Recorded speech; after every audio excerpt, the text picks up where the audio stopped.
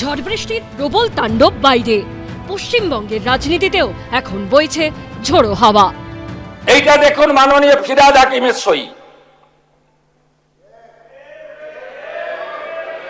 দেখুন আপনার কেএমসিতে কি হয়েছে আমরা জানি না, আপনার কালীকে তুললে সব বেরিয়ে যাবে। যদি দোষ করে থাকে অ্যারেস্ট করুন, কালী শুদ্ধ অ্যারেস্ট করুন, কালীর মালিক সহ অ্যারেস্ট করুন। স্বপ্নচন ছবিতে হেমন্ত মুখোপাধ্যায়ের গাওয়া কালোজয়ী একটা গান ছিল। ঝড় উঠেছে বাউল বাতাস, আজকে হলো সাথী। সাত মহলা স্বপ্নপুরীর নিভল হাজার বাতি। দুর্নীতি সিন্ডিকেটের সৌজন্যে যারা কোটি কোটি টাকা কামাতে গিয়ে মানুষকে ঠেলে দিয়েছে মৃত্যুকূপে, তাদের কুকর্মের বাতি নেভার সময়ও কি আসতে চলেছে? এই আবহেই কলকাতা পুরসভার সদ্য প্রাক্তন মেয়র ফিরহাদ হাকিমকে সরাসরি হুঁশিয়ারি দিলেন শুভেন্দু অধিকারী। আর এই সময়ই তার মুখে এলো একটা নাম, কালী।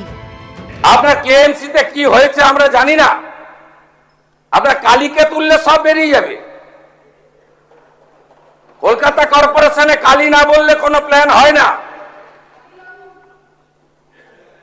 আর Kali appointed by Camac street, সবাই জানে। আর এই কালী বাইপাসের পাশে আপনাদের তৃণমূল ভবন বানাচ্ছে 200 কোটি টাকা দিয়ে, আর এখান থেকে টাকাটা তুলে ওখানে পাঠায়।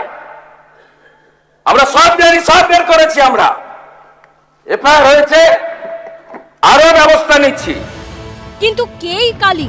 আসল নাম কালীচরণ বন্দ্যোপাধ্যায়। ফিরহাদ হাকিম মেয়র থাকাকালীন তার ওএসডি বা অফিসার অন স্পেশাল ডিউটি ছিলেন। বৃহস্পতিবারও পুরসভায় এসেছিলেন কালীচরণ বন্দ্যোপাধ্যায়, তবে ক্যামেরার সামনে আসতে চাননি। যখন ফিরহাদ হাকিম মেয়র ছিলেন তখন এই কালীচরণ বন্দ্যোপাধ্যায় বা কালীবাবু বসতেন হচ্ছেন ঠিক মেয়রের ঘরের সামনে, কারণ তিনি ছিলেন ওএসডি টু মেয়র। কিন্তু এখন কালীচরণ বন্দ্যোপাধ্যায় বসেন, এখানে আমরা দেখতে পাচ্ছি যে লেখা রয়েছে mister Kalicharan Banerjee, manager and controlling officer, MP lad BUP.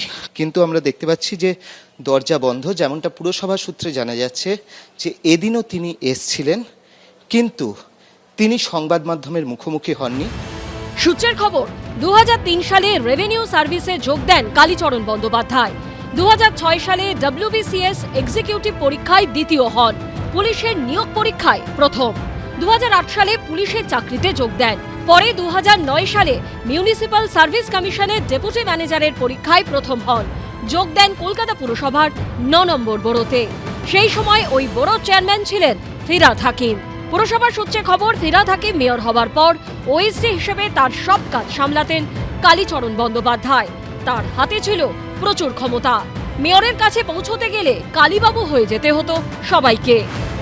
আপনার কেএমসিতে কি হয়েছে আমরা জানি না, আপনার কালীকে তুললে সব বেরিয়ে যাবে। কার কন্ট্রাক্টের সংস্থা তৈরি করছে, কে কন্ট্রাক্ট পেয়েছে, পোর্ট কাকে জমি দিয়েছে, এটা তো জানার দায়িত্ব আমার নয়, বা আমার এখতিয়ারও নেই। আইন যেটা, রুল বুক যেটা, সেটা এসিদের দিয়েছে, কিন্তু ডে টু ডে এসি যেতে পারে না, কারণ এত এসি নেই। ওখানে কি হয়েছে আমি জানি না। এই তদন্তে তিনি যাদের যাদের নাম বলেছেন, যদি সত্যি তারা জড়িত বলে অভিযোগ থাকে বা তাদের কোনো দায় থাকে, তাহলে তাদেরকে কাস্টডিতে নিয়ে জিজ্ঞাসাবাদ করা হোক, অবিলম্বে গ্রেপ্তার করা হোক।